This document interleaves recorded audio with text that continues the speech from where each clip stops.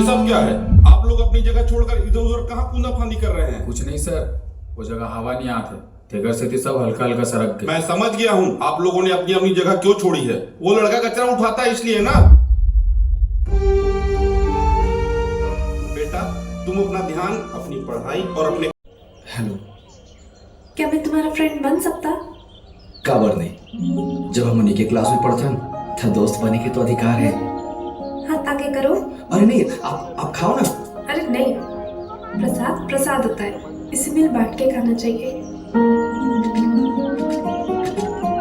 ये कितना अच्छा है ना, कॉलेज में मंदिर है, हम यहाँ पूजा करके प्रसाद लेके पढ़ने जाता है। कम से कम पूजा करने का तो प्रेरणा मिलता है। अच्छा, आपका नाम क्या है? मोर ओरिजिनल नाम तो राजकुमार है, पर पारा मोहल्ला के दोस्त मन मोला डीजल नाम से पुकारते। डीजल? ये कैसा नाम है? मतलब बचपन में जो नाम धरा देते हैं वही चिपक जाता है। वैसे आपके क्या नाम है? मेरा नाम? खैर तुमको तो पता चल ही गया होगा ना, उस दिन जब मेरा रैगिंग हो रहा था